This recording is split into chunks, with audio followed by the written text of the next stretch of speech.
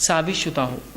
یہ اس کی تحقیق ضرور کر لیں اس سے پہلے کہ آپ جب دعائیں کریں. اب آئیے دعاؤں کے تعلق سے کچھ فضیلتیں، کچھ کلیریفیکیشنز، کچھ آداب اس کے سکھا دیتا ہوں. کیسی دعائیں کریں اور کون سی اوقات میں دعائیں جلدی قبول ہوتی ہے، اور خاص بات دعائیں کس کی قبول نہیں ہوتی.